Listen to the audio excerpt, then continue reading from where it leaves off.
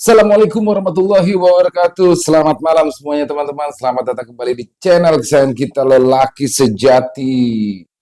Dan semoga teman-teman semua di rumah selalu dalam keadaan sehat walafiat tanpa kekurangan satu apapun. Amin. Amin ya robbal alamin. Dan pada kesempatan malam hari ini kita akan mencoba membawakan kisah horor lagi yang lainnya yang tentang seorang nenek. Tentang seorang nenek yang dimana di dalam tubuhnya terperangkap banyak sekali jin. Wow, ini ya belum pernah ya kita bahas di channel Lelaki Sejati.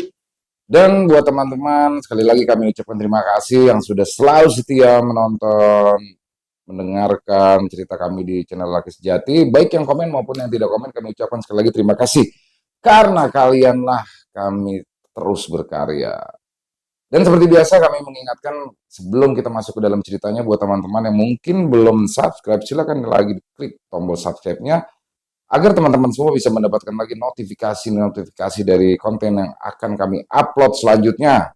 Untuk Lelaki Sejati setiap jam 1 siang kami upload, dan untuk Extreme Movie setiap jam 7 malam. Yes. Langsung saja kita masuk ke dalam ceritanya. Pasang dulu headset kalian, matikan lampunya untuk menambah kesaduan dalam mendengarkan cerita ini. Puluhan jin yang menangis terperangkap di tubuh seorang nenek.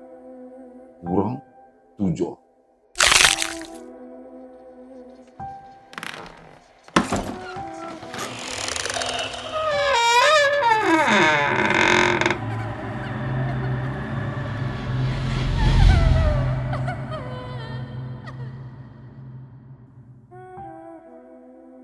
Panggil saja aku Ros atau Mbak Ros. Kejadian ini aku alami pada tahun sekitaran 2007-2008. Kala itu, aku masih duduk di bangku SMA. Aku pun tinggal bersama bapak dan ibuku dan juga nenekku yang kala itu sudah berumur 70 tahun. Ya, jadi ini adalah nenek dari ibuku ya. Dan nenekku ini tinggal bersama kami karena kakekku sudah lama meninggal dunia. Dan kami sekeluarga pun tidak tega melihat nenek tinggal sendirian. Nah, karena memang orang tua ini rentan sakit, nah makanya supaya mudah untuk mengurus dan tenang ya, akhirnya nenek tinggallah bersama kami. Dan alhamdulillah nenek pun mau untuk tinggal bersama kami. Dan nama nenekku adalah Lening, jadi akrab disabar Nek Lening. Jadi walaupun sudah tua, beliau ini masih aktif sekali ya, masih aktif bergerak seperti kayak bersih-bersih, nyapu halaman, hobinya juga menjahit, bahkan tidak pernah ketinggalan sholat 5 waktu. Jadi benar-benar rajin ibadah. Nah, kejadian ini bermula dari ketika nenekku pada suatu hari, beliau menangis. Jadi menangisnya ini kejer sekali. Terlihat sangat sedih sekali sampai terseduh-seduh, seperti orang yang baru kehilangan orang terdekatnya. Sehingga kami sekeluarga pun kayak bingung sekali, apa sih sebenarnya yang terjadi sama nenek. Jadi kami juga sudah berusaha kala itu untuk bertanya kepada nenek, tapi tidak ada jawaban. Sampai pada akhirnya nenek pun berhenti dengan sendirinya, berhenti menangis dengan sendirinya, mungkin karena faktor kelelahan ya. Akhirnya beliau pun tertidur kala itu. Nah, kami pun berencana untuk keesokan harinya, ketika nenek mungkin sudah tenang, sudah tidak sedih lagi, baru akan bertanya. Nah, besoknya, ibukulah yang bertanya kepada nenek, ada apa semalam sampai menangis seperti itu? Tapi saat itu jawaban saat itu nenek cuma merasa sangat-sangat bersalah dengan seseorang. Jadi, beliau ini sangat menyesali perbuatannya, entah perbuatan apa itu, karena setiap ditanya selalu saja dialihkan. Dan sepertinya jawabannya juga seperti ngelantur ya. Akhirnya untuk kedepannya hari-hari pun kami jalani di mana nenekku yang masih sering menangis secara tiba-tiba dan tanpa alasan yang jelas. Tapi kami pun berusaha untuk nggak mikir yang aneh-aneh lah saat itu, untuk berusaha tetap tenang dan terus merawat nenek. Nah, tapi sampai akhir ya, di tahun 2007, nenekku ini semakin intens. Jadi semakin sering untuk menangis yang tiba-tibanya itu. Jadi bisa 1 minggu beliau nangis setiap hari tuh. dalam 1 minggu nangis terus. Kami pun semakin bingung. Dan juga nggak tega pasti. Siapa sih yang tega yang melihat orang tua kita, nenek kita menangis setiap harinya. Dan setiap ditanya jawabannya selalu sama, menyesali perbuatan yang dulu. Tapi kita semua nggak ada yang tahu perbuatan apa yang dulu telah dilakukan nenek hingga dia menangis seperti itu. Seperti benar-benar menyesali banget ya. Nah, ternyata kekhawatiran ini tanpa kami sadari adalah awal dari sesuatu yang akan menimpa keluarga kami ke depannya. Ibu juga sudah beberapa kali bertanya ke warga desa, mungkin ada yang tahu atau paham soal apa yang dialami nenek di zaman dulunya. Nah, akhirnya ibuku yang memang aktif dalam ikut pengajian setiap Jumat sore di masjid, akhirnya bertanyalah kepada Pak Ustadz yang saat itu sedang memimpin pengajian. Nah, ibu berpikir pasti Pak Ustadz ini paham dengan apa yang dialami oleh nenek.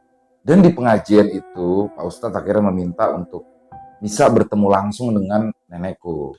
Hingga beberapa hari kemudian, Pak Ustadz akhirnya datanglah ke rumah kami. Jadi, niatnya nenek ini diarahkan supaya tidak merasa bersedih lagi.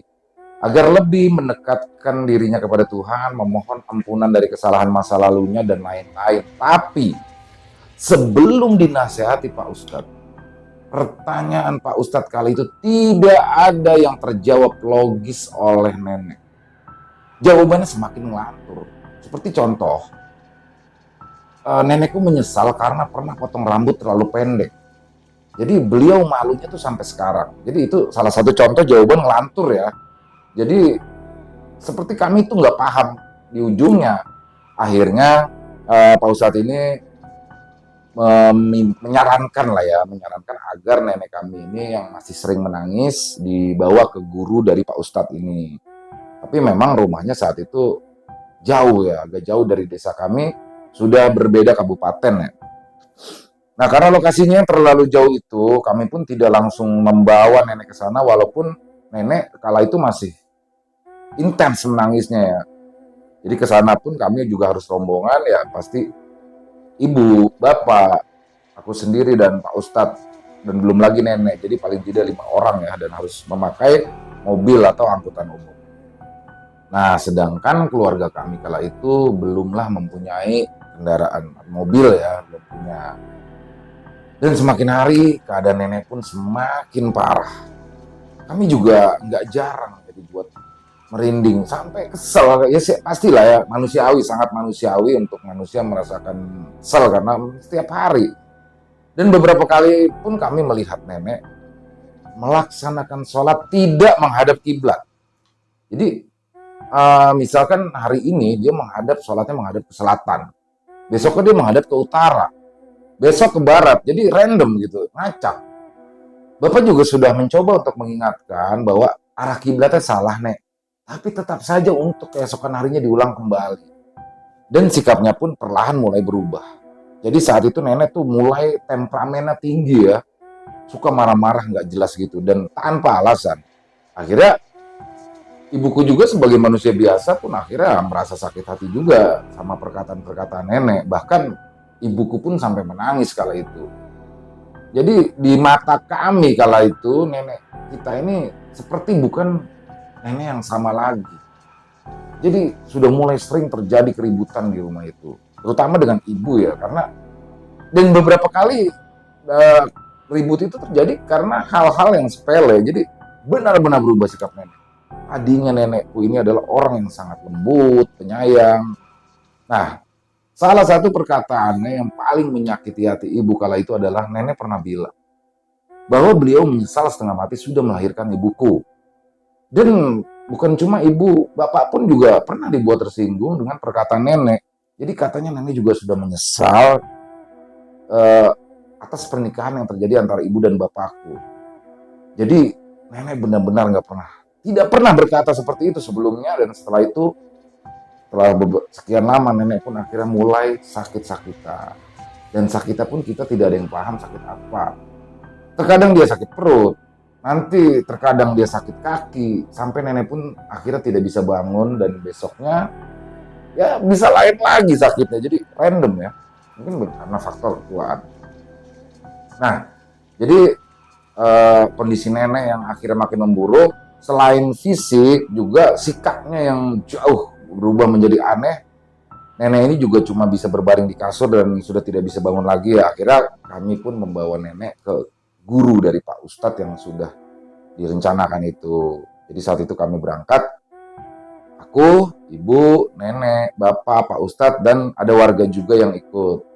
Nah saat itu kita tuh rombongan ya, dengan mobil tetangga kami yang kami pinjam, berangkatlah kami ke rumah guru dari Pak Ustadz ini. Perjalanannya saat itu lumayan panjang ya, selama kurang lebih 6 jam lah ya.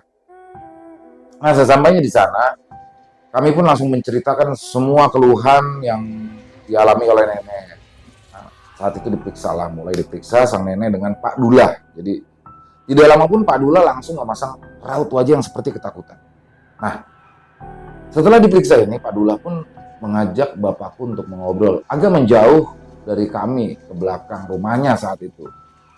Jadi Pak Dullah mengatakan kepada bapakku kala itu, begini Pak, mohon maaf sebelumnya. Bukan maksud saya menuduh atau berprasangka buruk dengan Ibu Lening ya. Tapi demi kebaikan, jadi saya mau tanya dengan Bapak, apakah nenek ini sebelumnya pernah menggunakan ilmu-ilmu hitam atau nenek ini pernah bersekutu dengan jin? Tanya Pak Dullah. Bapak pun kaget mendengar hal itu, tapi juga bingung karena perasaan Bapak, nenek ini tidak pernah melakukan hal-hal yang aneh sebelumnya. Untuk lebih jelasnya, Bapak pun akhirnya memanggil ibu karena memang ibuku ini adalah anak dari neneknya.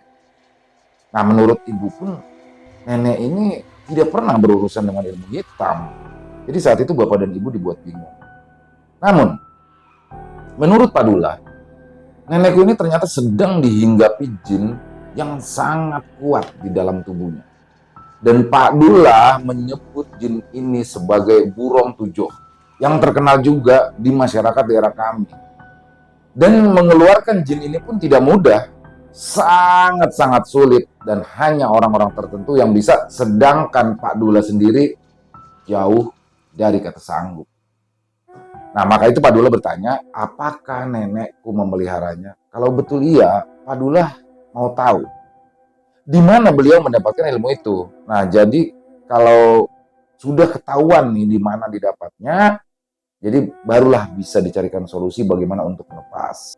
Nah, untuk sementara itu, ibu dan bapak pun akhirnya merahasiakan persoalan apa yang terjadi dengan nenek. Takutnya membuat pandangan buruk untuk keluargaku, terutama untuk nenek.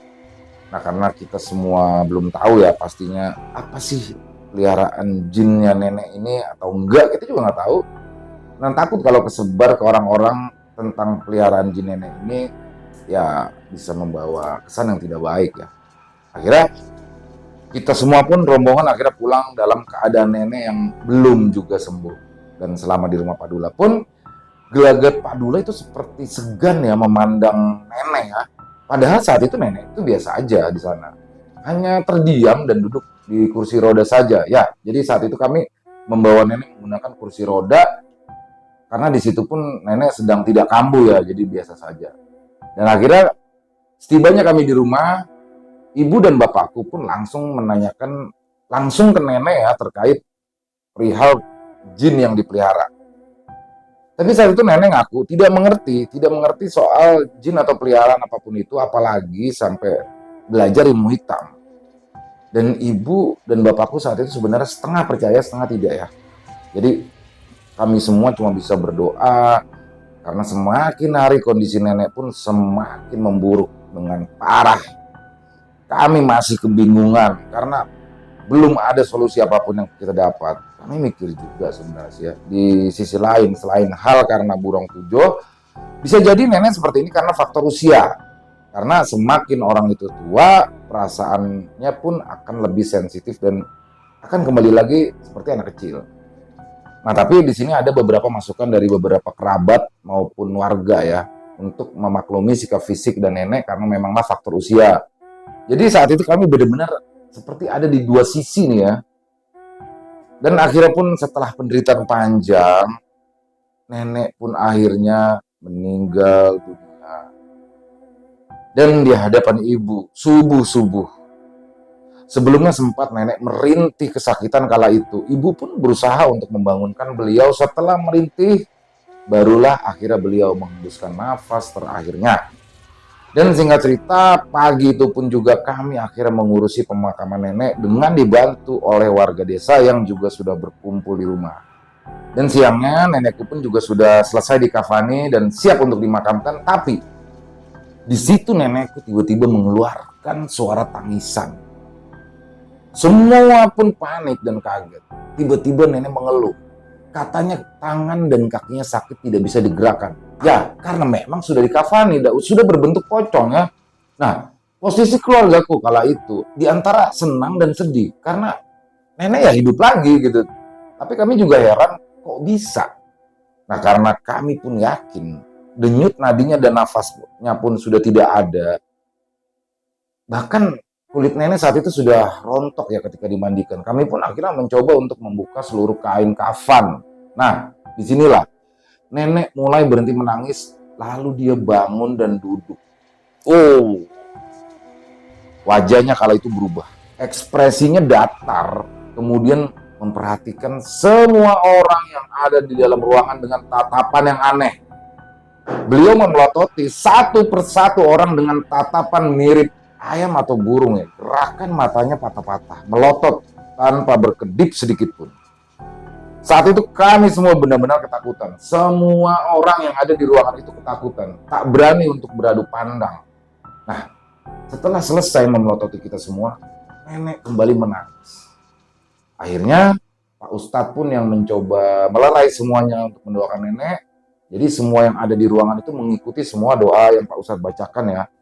Dan setelah berdoa pun nenek digotong ke kamar lalu dibaringkan lagi di kamar. Kami merasa ini betul-betul ada yang tidak beres. Tapi hanya aku dan ibu bapak aja yang tahu kemungkinan kalau nenek ini pelihara jin karena memang masih kita keep ya. Jadi aku ini mulai merasa kemungkinan nenek ini memelihara jin dari cerita ibu. Dan ibuku selalu beri pesan agar kami semua tetap merahasiakan. Tapi namanya lingkungan ya. Warga desa pun sudah mulai menduga jika nenek ini ada yang tidak beres. Tapi entah apa yang dipikirkan warga kala itu. Yang jelas pasti ada di antara mereka yang berpikiran masalah nenek itu ada sangkut pautnya dengan jin. Nah, setelah kejadian nenekku bangun dari meninggalnya lagi, beberapa bagian tubuh nenek pun mulai membusuk.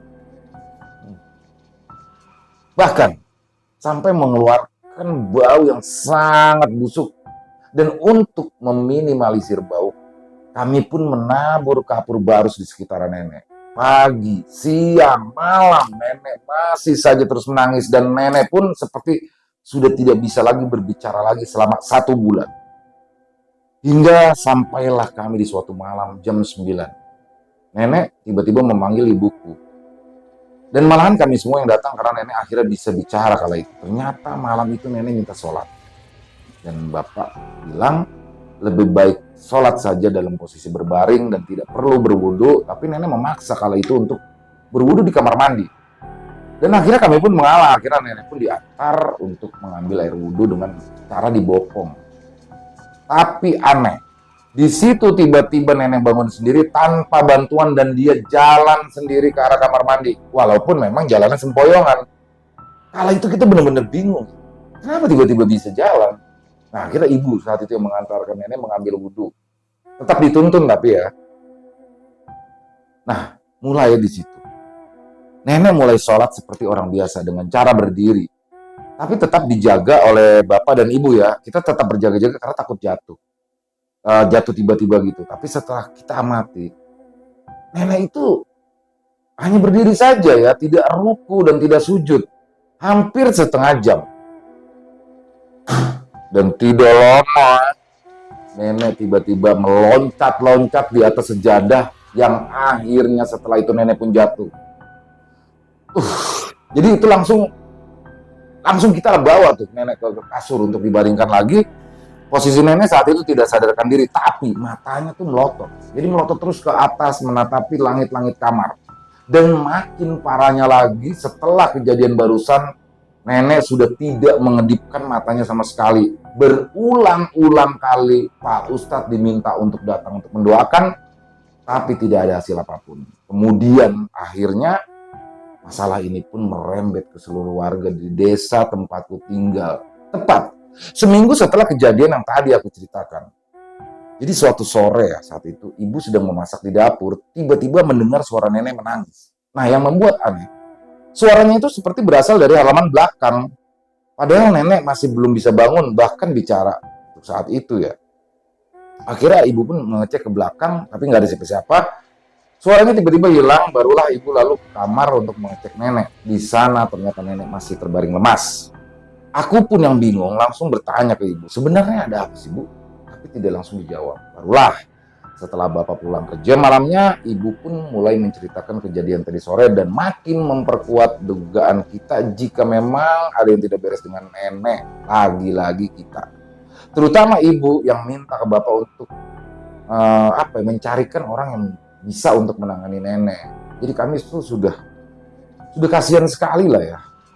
Nah, malam itu pun kami lewati untuk tetap tenang, berusaha untuk tetap tenang, tapi tiba-tiba ada yang mengetuk-ketuk pintu.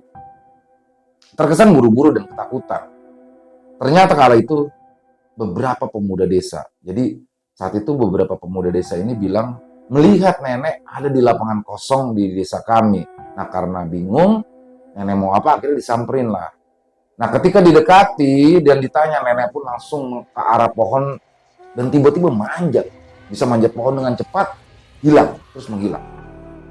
Itu mereka bilang jelas ya, jelas sekali mereka melihat dan betul-betul jelas. Tapi setelah itu pun bapak langsung cek ke kamar nenek. Ya saat itu benar-benar nenek ada di kamar, masih dalam kondisi terbaring. Dan akhirnya para pemuda itu pun akhirnya pulang ke rumah masing-masing karena sudah malam juga ya kondisinya, dan ibu pun mencoba mengaitkan kemiripan kejadian tadi sore sama dengan yang dialami para pemuda itu. Hanya bedanya kalau ibu hanya mendengar suara saja.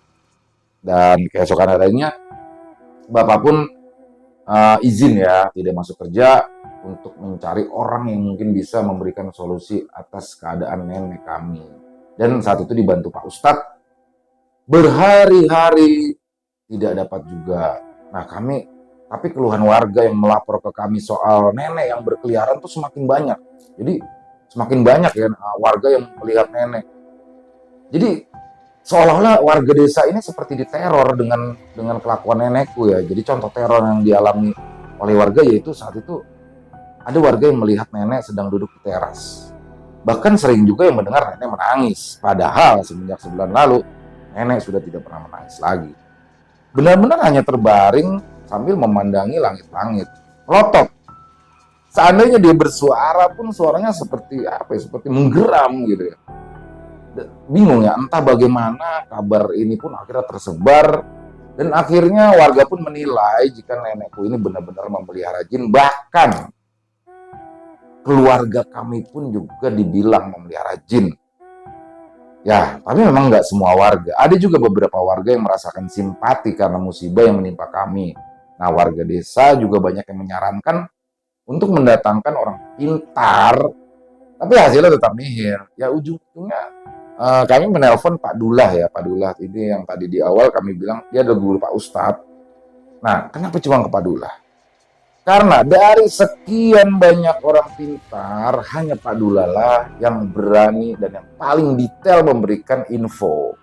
Dan akhirnya Pak Dullah datanglah. Dan terkaget-kaget melihat kondisi nenek kala itu karena jadi badan nenek saat itu ya, itu benar-benar sudah busuk.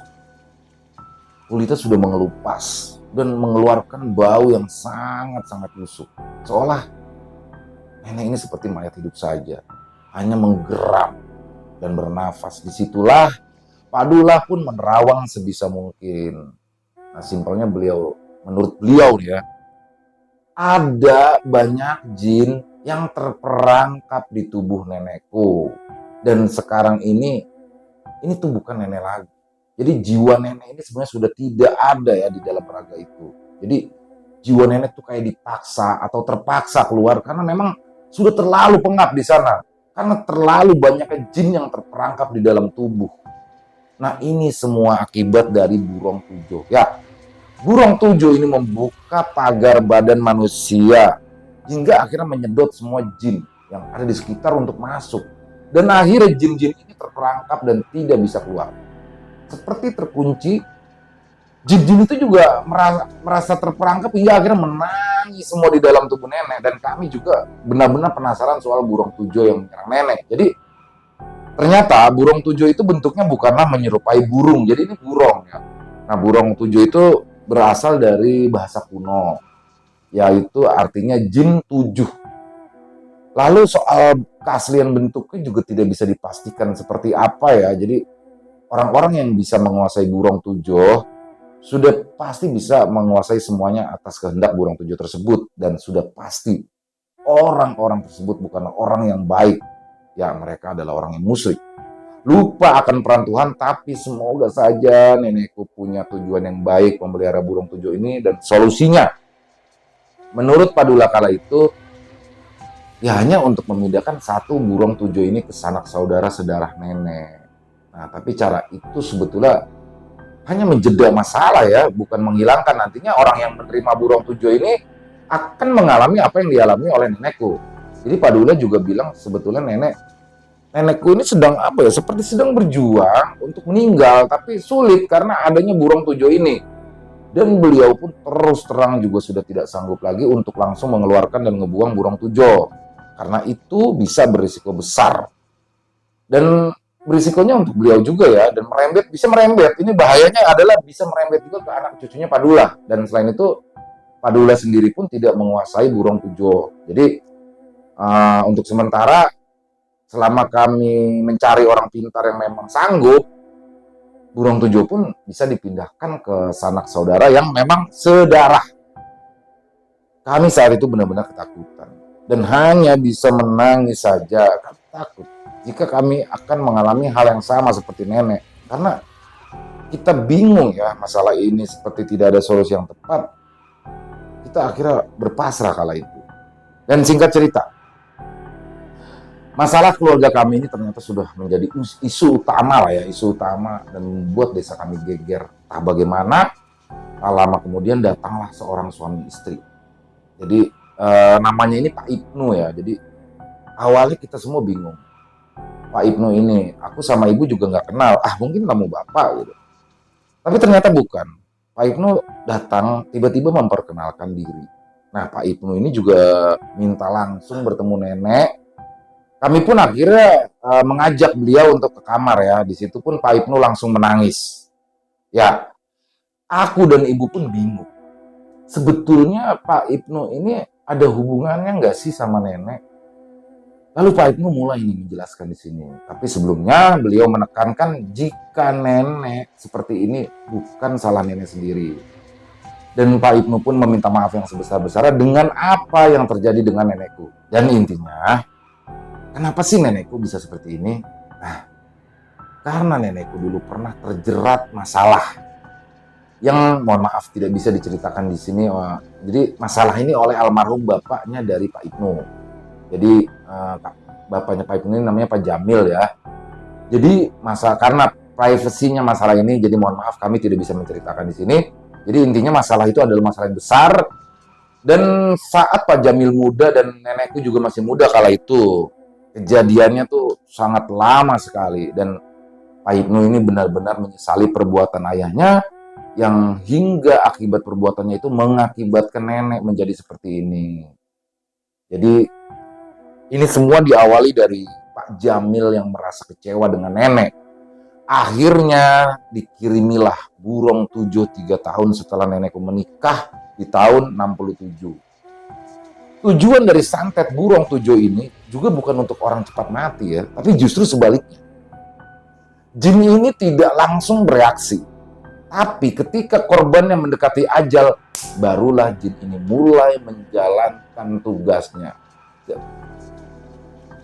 Kami sebetulnya sudah tidak mau terlarut ya dalam hal musyrik ini. Tapi saat itu kami pun sudah kalut dan tidak lagi bisa berpikir untuk udah nggak jernih gitu pikirannya.